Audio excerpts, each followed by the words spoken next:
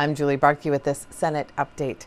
Education reform is a key issue here at the legislature this session, but what qualifies as reform varies.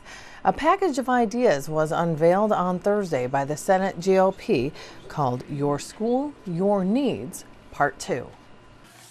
What we have is an education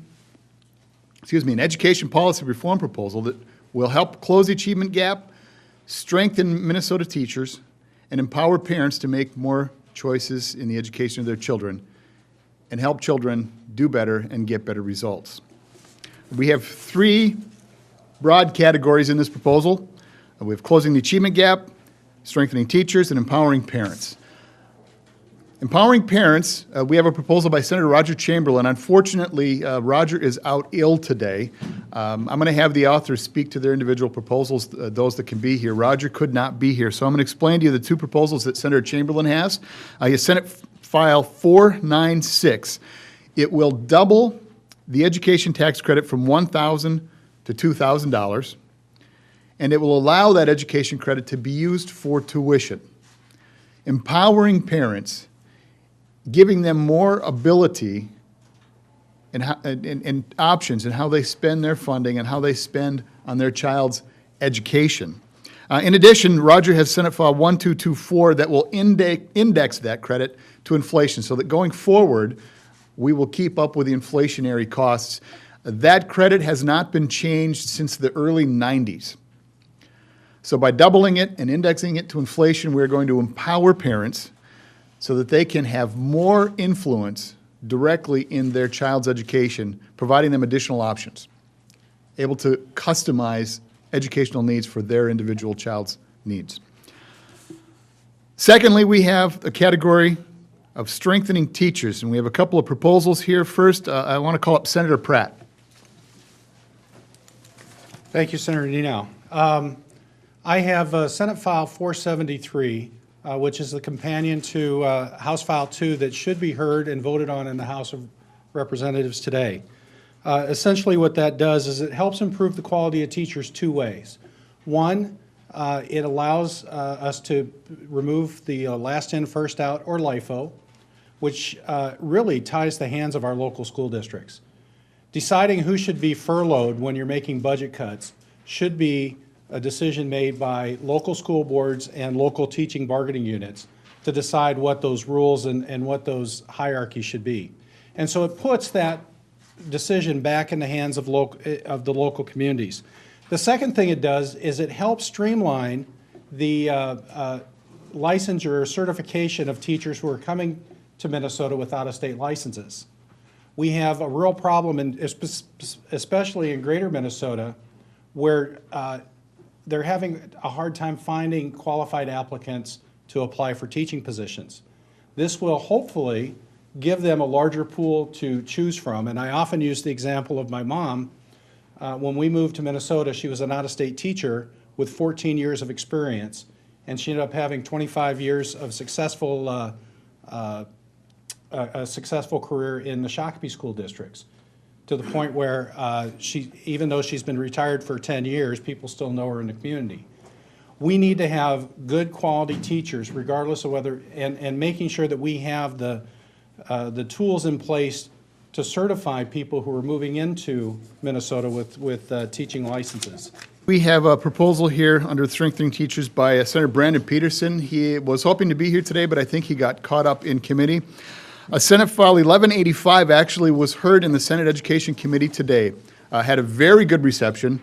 In talking to Senator Peterson, what he told me is even Education Minnesota is supportive of the concept. The proposal would put student teachers, it would ensure that the student teachers are placed with a high-performing teacher.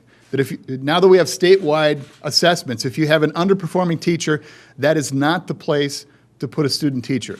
That underperforming teacher needs to work on developing their own competencies and improving themselves, and that student teacher should be placed with someone who is in a well-performing category.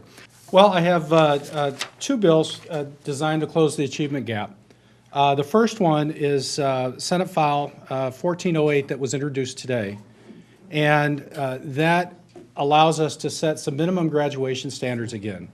In the last biennium, one of the ways we were looking to increase the graduation rate was by reducing the standards. What 1473 does is it sets minimum standards for local school districts to decide when they're going to, it allows the Commissioner of Education and the Chancellor of MNSCU to set minimum thresholds for deciding when a student can meet one of 3 different tiers, one of those being they are in fact college ready, and that designation would be put on their transcript. We have far too many kids that are going into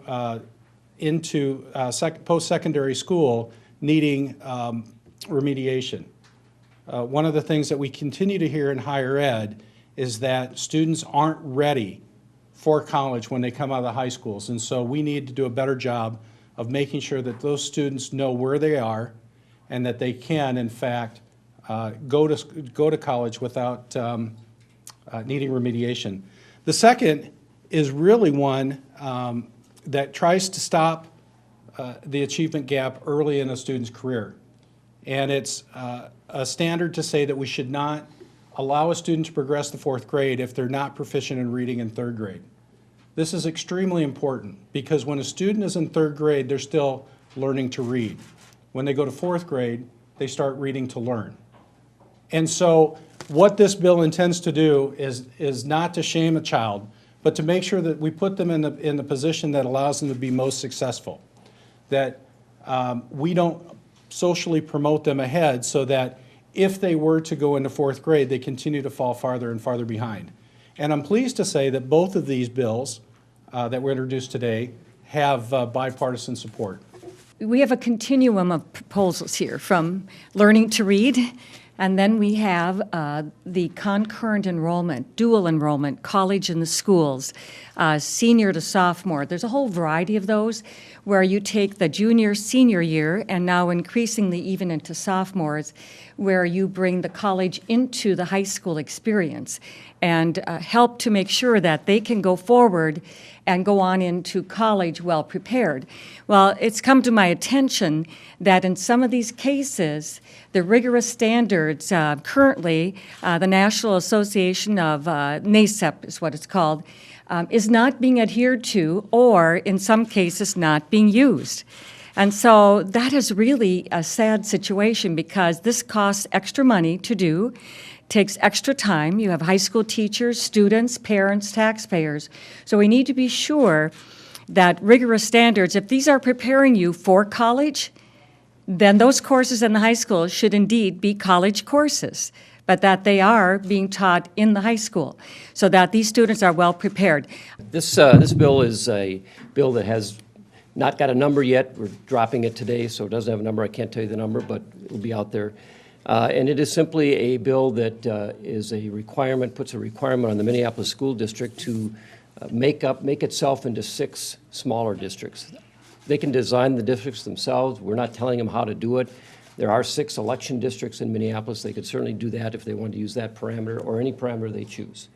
They're given a certain amount of time to do that. If they cannot come to an agreement, then we're asking in this bill for the governor to sort of facilitate that so that we get that accomplished by a certain time. The goal would be to have these 6 new districts in place operating by the 2018 school year. Part of the reason for doing this is to recognize that when we talk about the achievement gap, it's not about people in St. Paul coming up with some genius idea. It's not about more money. We have a lot of money in public education. It's always the highest, most expensive part of our budget. But it really has to speak to the process. I think there was a quote I mentioned on the floor today. Carlos Mariani, representative from the House, talked about the achievement gap as being a systemic failure of the system.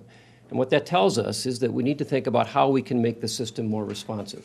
By breaking up the Minneapolis School District and requiring that they hold new elections, elect new school boards, and empower them, this bill would empower these new school districts to choose what kind of mandates that it would like to operate under. So it would have the option, for example, to set aside things like world's best workforce, or the requirement that 2% of their budget be maintained for teacher development, teacher training. It also would allow them to set aside the Pell Risk standards. These things would be decisions by the board. So conceivably, the elections that you have for the new school boards would be talking about these issues, allowing the families and the parents of kids in those communities to decide what is the character of the schools that we want. We think that that process reform is extremely vital. This is not talking about removing any money. It's not talking about changing any mandates that are federally required, such as special education or to have to do with health and safety, but simply the kinds of mandates that interfere in a bureaucratic way with the opportunity to put teachers in a classroom and empower them to make decisions about what's going to help their kids in that classroom in the most profound way.